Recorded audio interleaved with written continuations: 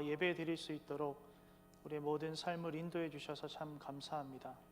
주 앞에 설 때 주의 보혈로 우리를 정결케 하여 주시고 그 피값을 의지하여 주 앞에 나아가오니 하나님 말씀하여 주시고 별이 헌금하며 주께 드리는 예물 위에 복을 주시며 성도로서 온전히 살아갈 수 있도록 말씀의 은혜에 힘입어 오늘 예배를 하나님 앞에 드리게 하여 주시옵소서. 거룩하신 예수님의 이름으로 기도드립니다. 아멘. 오늘도 예배의 자리에 나오신 우리 성도님들 환영하고 축복합니다. 우리 좌우에 계신 분들과 함께 눈으로 인사하면서 반갑습니다, 잘 오셨습니다 라고 인사해 주시면 좋겠습니다. 네, 감사합니다. 신대원 시절 이렇게 설교학 수업을 들을 때마다 교수님이 자주 하신 이야기가 있습니다. 설교에서 제일 중요한 게 있다. 네, 첫 번째는 은혜를 전해야 된다. 그게 안 되면 빨리 끝내라. 아니면 재미있든지. 네, 이런 이야기를 늘 교수님이 해주셨는데 오늘 셋 중에 하나는 꼭 얻어가시는 우리 성도님들 귀한 예배의 자리가 되기를 소망하고 축복합니다. 네, 세상을 살아갈 때 우리에게 필요한 것들이 여러 가지가 있습니다. 이전에 제가 수요 강론 때는 의식주에 대한 이야기도 나누었는데 오늘은 지혜에 대한 이야기를 좀 함께 말씀을 통해 나누고자 합니다. 여러분, 우리가 삶을 살아갈 때 이 지혜는 참 중요합니다. 어린아이들이 콘센트 이렇게 젓가락으로 막 찌를 때 있지 않습니까? 그래서 이제 엄마 아빠들이 위험하니까 그걸 그렇게 찌르면 안 된다라고 가르치는 것도 지혜 중에 하나입니다. 불은 당연히 뜨겁기 때문에 다루는 것도 조심해야 된다라고 가르치는 게 바로 지혜입니다. 이런 소소한 것들뿐만 아니라 우리가 삶을 살아가면서 바른 선택을 하는 것, 그리고 우리가 어떤 직장을 선택하고 배우자를 선택하고 또 우리가 이사를 가고 또 경제적인 능력이나 여러 가지 모든 것들을 위해서 최소한의 교육이라는 과정을 통해 우리는 세상에서 살아가는 지혜를 배웁니다. 이런 지혜를 통해서 우리는 법이 무엇인지, 정의가 무엇인지, 도덕이 무엇인지, 양심이 무엇인지 이런 것들을 세상이 정해놓은 지혜를 통해서 우리는 깨달아 갑니다. 그런데 문제는 이 세상이 정한 지혜가 사실은 1분 1초 앞도 한 치 앞도 내어다볼 수 없다라는 게 큰 문제입니다. 제가 강론 시간에 자주 말씀드리는 것 같기는 한데요. 제 어린 시절에 여러 가지 충격들이 있었는데 그 중에 하나가 뭐냐면 은행이 망하는 시대를 우리가 살아간다라는 것입니다. 여러분, 은행하면 무엇이 떠오르십니까? 돈이 많은 곳이지 않습니까? 돈이 많은 은행이 왜 망할까요? 그들은 투자처를 찾습니다. 그들은 돈을 많이 벌 수 있는 연구를 세상에 수많은 석박사들을 모아놓고 합니다. 그러나 그 은행이 망하는 시대를 우리는 살아가고 있습니다. 아무리 좋은 보험을 가입해도 그 보험이 우리가 병에 걸리거나 사고를 막아주지는 않습니다. 이런 세상에서 우리가 여러 지식, 학습, 교육, 훈련, 여러 예측을 통해서 우리가 내일을 내다보려고 하지만 사실은 이 세상의 지혜, 세상의 지식은 지금까지 주어진 현상의 통계로만 우리에게 여러 방향을 설명해 줄 뿐입니다. 근데 거기에 더해서 큰 문제가 있습니다. 바로 하나님의 형상을 따라 창조된 우리는 원래 신현하신 하나님과 함께 에덴 동산에서 거닐며 하나님의 음성을 듣고 하나님을 바로 알고 하나님을 대면하여 예배하고 하나님이 주신 사명을 감당하며 살도록 창조되었습니다. 그러나 죄의 문제로 인해 타락하게 되죠. 그 이후에 우리의 모습이 어떻게 됩니까? 우리 로마서 1장 20절부터 23절 함께 읽겠습니다. 창세로부터 그의 보이지 아니하는 것들 곧 그의 영원하신 능력과 신성이 그가 만드신 만물에 분명히 보여 알려졌나니 그러므로 그들이 핑계하지 못할지니라. 하나님을 알되 하나님을 영화롭게도 아니하며 감사하지도 아니하고 오히려 그 생각이 허망하여지며 미련한 마음이 어두워졌나니 스스로 지혜 있다 하나 어리석게 되어 썩어지지 아니하는 하나님의 영광을 썩어질 사람과 새와 짐승과 기어다니는 동물 모양의 우상으로 바꾸었느니라. 아멘.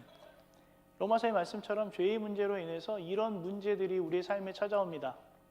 하나님의 지혜와 완전히 끊어지게 되는 것이죠.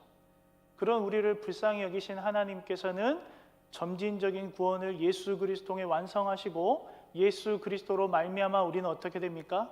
하나님의 지혜에 다시 나아갈 수 있는 은혜를 허락받습니다. 타락하고 오염된 세상에서 말하는 가지기 위한 삶이 전부가 아니고 먹고 살기 위해 아둥바둥하는 삶이 다가 아니다라는 것을 예수 그리스도를 통해서 깨닫게 되는 것이죠. 그리고 회복의 은혜로 말미암아 오늘처럼 우리가 세상 사람들은 지금 열심히 일하고 무언가를 쫓아가며 살아가지만 우리의 시간을 들여서 하나님 앞에 나오는 예배드리는 삶을 살게 되었습니다. 그래서 오늘 설교가 이렇게 딱 끝나냐? 아니죠. 문제가 있죠. 무슨 문제가 있습니까? 여전히 우리가 세상에서 살아간다라는 것입니다.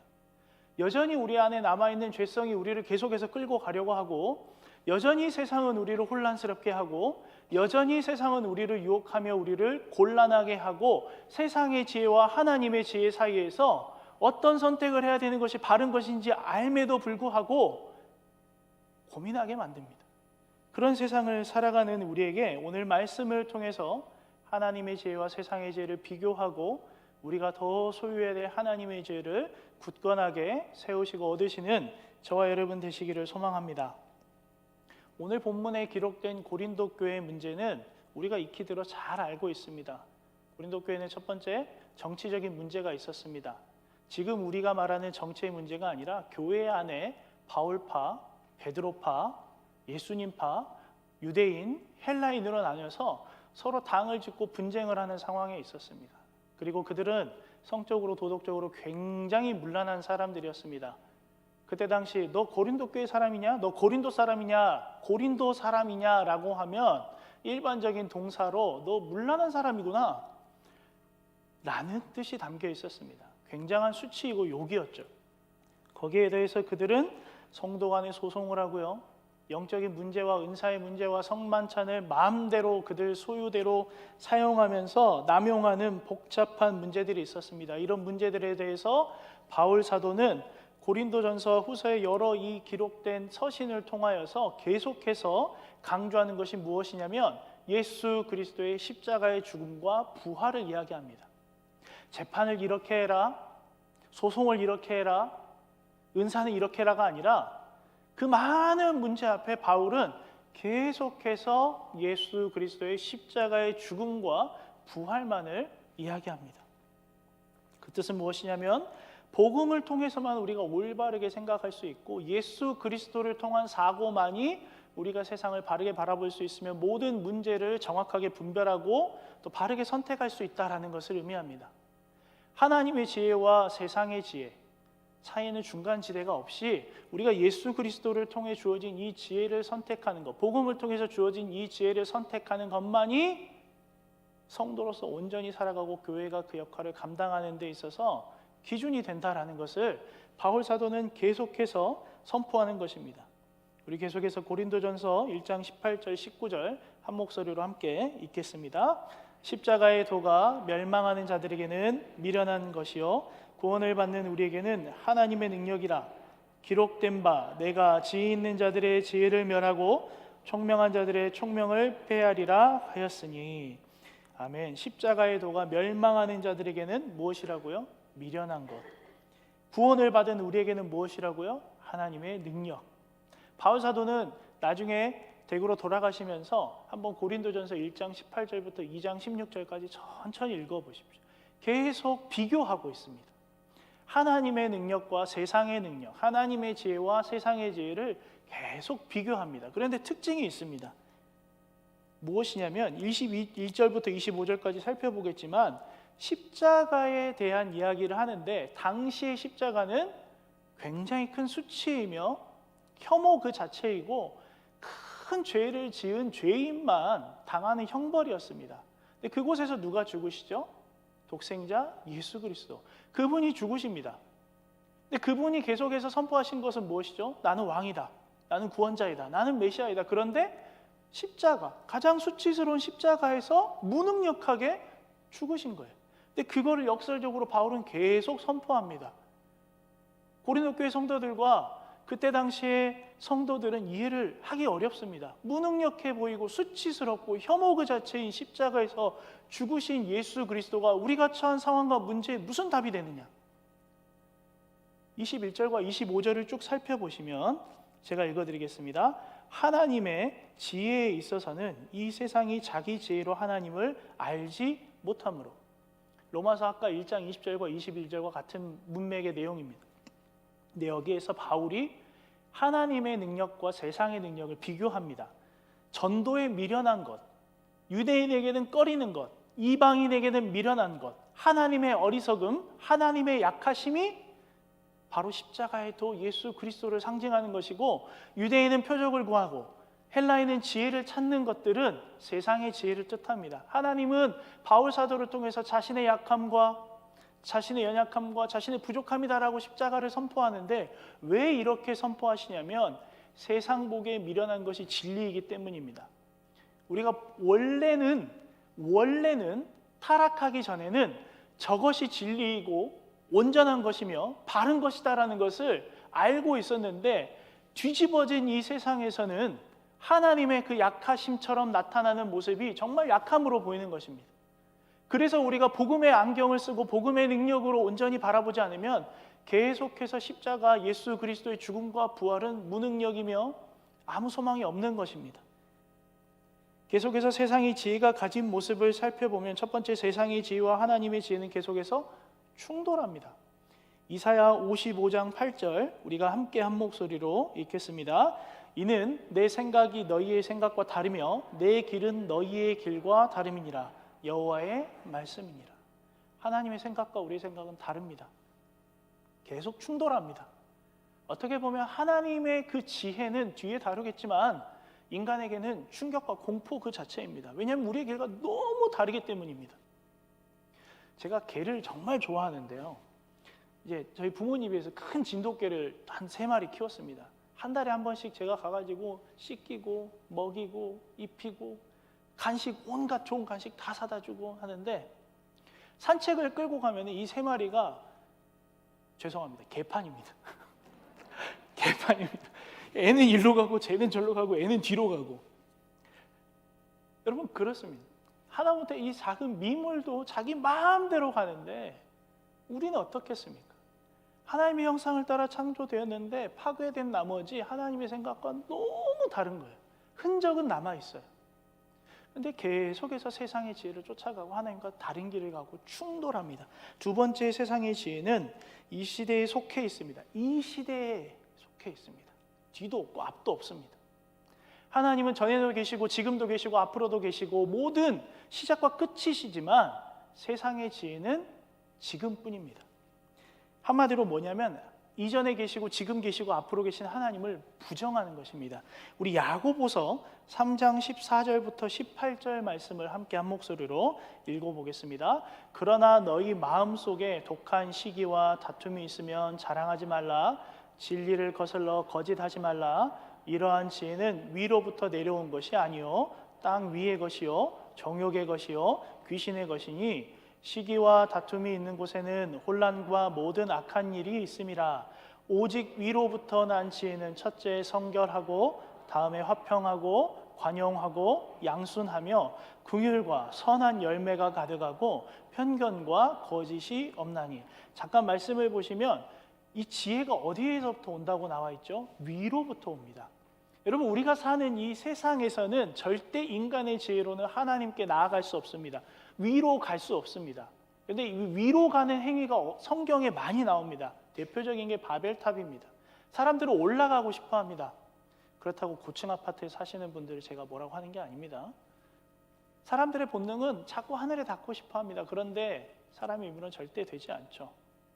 하나님으로부터 오는 지혜는 이 세상, 우리가 살아가는 타락하고 범죄한 이 세상 밖에서, 위에서부터 주어집니다. 하나님의 지혜를 세상은 부정합니다. 야고보서 말씀에 나와 있는 것처럼 계속해서 그 안에서 나오는 것은 죄와 허망한 결과일 뿐입니다. 궁극적으로 이렇게 위로부터 주어진 지혜, 예수 그리스도로 성육신하신, 위에서 내려오신 그 인카네이션 하신, 성육신하신 하나님 그리스도로 말미암아 얻는 지혜만이 참된 지혜임을 우리는 꼭 기억해야 됩니다.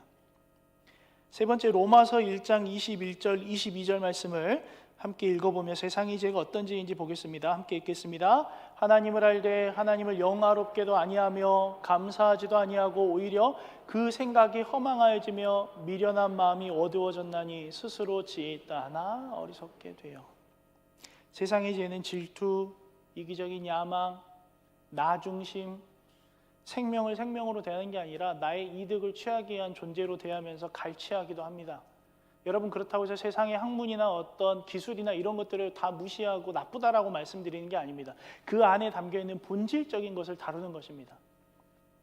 세속적인 마음에 의해 왜곡되고 세상의 지혜는 차지하고 죽이는 지혜입니다.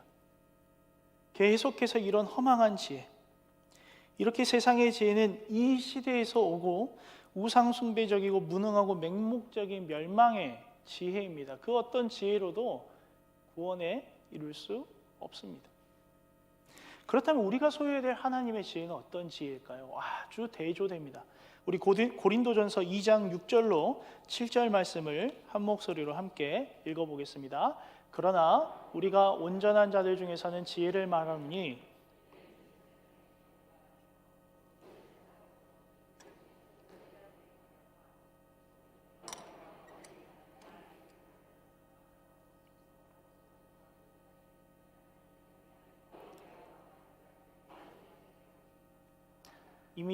미리 정한 것이라. 아멘. 나중에 제가 말씀드린 것처럼 뒷부분 고린도전서 2장 6절 7절 뒤로 이어지는 부분을 보시면 이 지혜는 성령으로 주어진 지혜입니다. 세상의 지혜와는 다르게 성삼위 하나님으로부터 주어진 이 지혜는 성령으로 주어졌는데, 첫 번째 1장 30절 말씀을 보시면 제가 읽어드리겠습니다. 너희는 하나님으로부터 나서 그리스도 예수 안에 있고 예수는 하나님으로부터 나와서 우리에게 지혜와 의로움과 거룩함과 구원함이 되셨으니.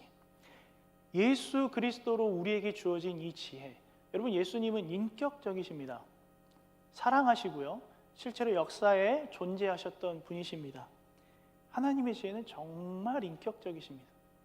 예수님께서 우리를 구원하시기 위해서 이 땅에 오셔가지고 십자가에서 죽으실 때 수많은 사람들이 욕하고 침뱉고 그를 멸시하고 조롱하였습니다. 제자들은 다 뿔뿔이 흩어졌고요. 그때 만약에 제가 예수님이었다면 이렇게 십자가에 매달려 있을 때 열이 받아가지고 내려온 다음에 내가 지금 니들 때문에 죽고 있는데 지금 뭐 하는 거냐라고 화를 내셨을 수도 있습니다. 기다려, 다시 올라가시더니.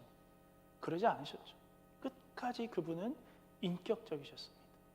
끝까지 그분은 우리에게 약속하신 것을 주시기 위한 대속제물로 쓰임받으셨습니다. 그 인격적이신 예수 그리스도로 말미암아 주어지는 지혜는 우리에게 생명을 허락하는데, 창세기 2장 7절과 고린도전서 15장 45절을 같이 비교해서 함께 보겠습니다. 함께 읽겠습니다. 여호와 하나님이 땅의 흙으로 사람을 지으시고 생기를 그 코에 불어넣으시니 사람이 생명이 되니라. 기록된 바 첫 사람 아담은 생명이 되었다함과 같이 마지막 아담은 살려주는 영이 되었나니. 여기에서 마지막 아담은 누구이시죠? 살리시는 예수 그리스도. 그분은 우리를 살리시는 분이십니다. 그분은 우리는 세상의 지혜로 죽을 수밖에 없고 구원에 이를 수 없는 우리를 구원해 주시고 살려주시는 분이십니다. 또 하나, 하나님의 지혜는 우리에게 자유함을 허락합니다. 갈라디아서 5장 1절을 우리 한 목소리로 함께 읽겠습니다. 그리스도께서 우리를 자유롭게 하려고 자유를 주셨으니 그러므로 굳건하게 서서 다시는 종의 멍에를 매지 말라. 아멘. 여러분, 예수님을 만난 사복음서에 많은 인물들이 있습니다. 근데 그들의 대표적인 공통점은 무엇입니까? 예수님을 만났을 때 사마리아 여인 기억나시죠? 사마리아 여인 정말 수치와 부끄러움과 모든 혐오를 다 가진 사람이었습니다. 근데 그 사람이 예수님을 만나자 어떻게 됩니까? 참된 예배가 회복이 되고 그가 살던 곳으로 뛰어들어가서 예수 그리스도를 메시아로 선포합니다. 삭개오는 어떻습니까? 그의 수치와 모든 죄로부터 해방이 되고 자유함을 얻습니다. 성경의 모든 예수님을 만난 자들은 진정한 자유를 얻습니다. 세상의 죄는 우리를 속박하죠. 억압합니다. 어디 출신인지 어딘지 뭐 그런 혈연, 지연, 학연을 다 따지고 그 안에 묶어놓습니다. 그러나 예수 그리스도의 참된 지혜, 하나님의 참된 지혜는 우리를 자유케 하여 주십니다. 마지막으로 네 번째, 하나님의 지혜는 측량 못할 축복이 주어집니다. 우리 고린도전서 2장 9절 말씀을 함께 읽겠습니다. 기록된 바 하나님이 자기를 사랑하는 자들을 위하여 예비하신 모든 것은 눈으로 보지 못하고 귀로 듣지 못하고 사람의 마음으로 생각하지도 못하였다 함과 같으니라.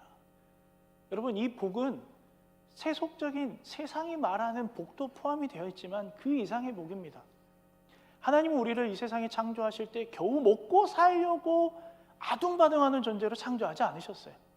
고아와 과부처럼 무엇을 먹고 입고 마시고 살지를 근심하며 걱정하는 사는 정도로만 우리를 창조하신 분이 아니십니다. 하나님은 우리를 인격적으로 사랑하시고 우리가 알아들을 수 있도록 말씀하시며 심지어 그분의 영이신 성령님께서 우리 안에 내주하셔서 함께 하십니다. 여러분, 아무리 제가 제 아내를 사랑해도 제 마음과 제 생각에 절대 넣어놓고 싶지 않습니다. 제가 무슨 생각을 하는지, 뒤에서 몰래 무슨 꿍꿍이를 하는지 보여주고 싶지 않아요. 몰래 비상금을 이런 것도 보여주고 싶지 않아요. 왜냐하면 제 안은 여전히 죄로 오염되어 있기 때문입니다. 그런데 그 안에 성령 하나님이 함께 하십니다. 우리를 변화시켜 가십니다. 우리를 인도해 가시고 죄에 끌려갈 수밖에 없는 우리를 매일매일의 인생에서 견인해 가십니다. 그리고 비로소 구원에 이르게 하시고요, 우리를 영화롭게 하십니다. 뿐만 아니라 이 세상에서 먹고 사는 것도 책임져 주십니다. 그분이 우리의 하나님 아버지 되어 주십니다. 사랑하는 성도 여러분, 모든 이 지혜는 예수 그리스도를 통해서 우리에게 주어집니다.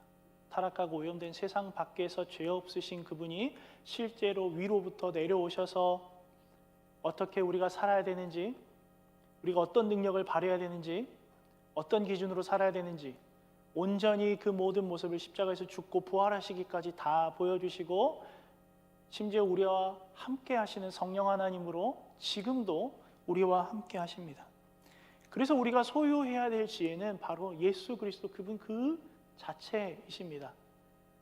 때로는 이 부분이 어려우실 수도 있습니다. 그럼 어떻게 우리가 예수 그리스도를 소유하냐? 우리가 이렇게 어떻게 어떤 특별한 어떤 계시를 받아야 되는 그런 것이 아니라, 예수님께서 살아내신 그 말씀이 기록된 그 말씀을 우리가 기억하고 그대로 살아내기 위해 애쓰며, 또 실제로 우리가 우리의 자녀들을 그렇게 양육하고 살아가는 것입니다. 그래서 우리가 말씀을 읽는 것, 유바디로 우리 자녀들을 교육하는 것이 정말 중요한 것입니다. 여러분, 제가 장담합니다. 세상은 계속 혼란스러울 겁니다. 세상은 계속 우리를 어렵게 만들 것입니다. 그게 타락한 세상의 모습입니다.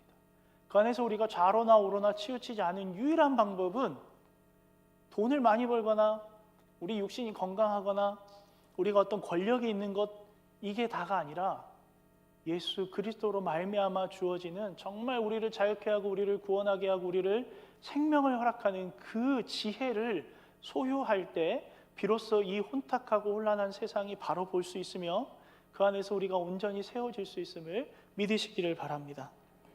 말씀을 정리합니다. 바울 사도가 고린도전서와 후서와 여러 서신서를 기억했을 때에도 혼란스러웠습니다. 더 혼란스러웠습니다. 수많은 철학자들이 여러 이야기들을 했습니다.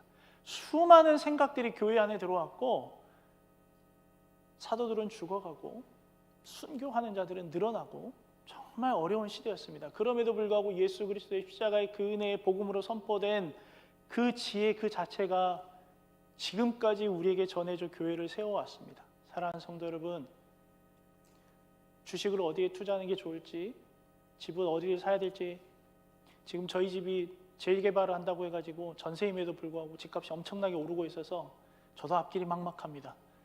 그냥 걱정은 안 됩니다. 주님이 여시겠죠. 네, 저는 주님을 믿기 때문에. 사랑하는 성도 여러분, 그런 세상의 소리에 귀 기울이는 것보다 이 세상 살아갈 때 잠깐의 시간 더 주님의 말씀에 귀 기울이시고 이 말씀대로 능력을 힘입어 살아가시는 저와 여러분, 여러분들을 통해서 정말 생명이 살아나고 구원의 은혜가 흘러가며 정말 모든 복을 누리시는 우리 모든 성도님들의 삶이 되기를 소망하고 축복합니다. 함께 기도하겠습니다. 하나님 아버지, 감사합니다. 십자가의 도가 멸망하는 자들에게는 미련한 것이고 구원을 받은 우리에게는 하나님의 능력임을 믿습니다. 여전히 세상은 혼란하고 여전히 세상은 우리를 어렵게 합니다. 그러나 그 안에서 우리가 하나님의 지혜, 구원받은 성도로서 온전히 주의 말씀과 주의 능력을 의지하여 그 힘 입어 살아가게 하여 주시옵소서. 구하는 것 이상으로 허락하여 주시고 먹고 살고 입고 마시는 것으로 근심 걱정하지 않도록 채워주시고 성도로서 생명을 살리고 교회를 사랑하며 살아갈 수 있도록 은혜를 더하여 주시옵소서. 거룩하신 예수님의 이름으로 기도드립니다. 아멘.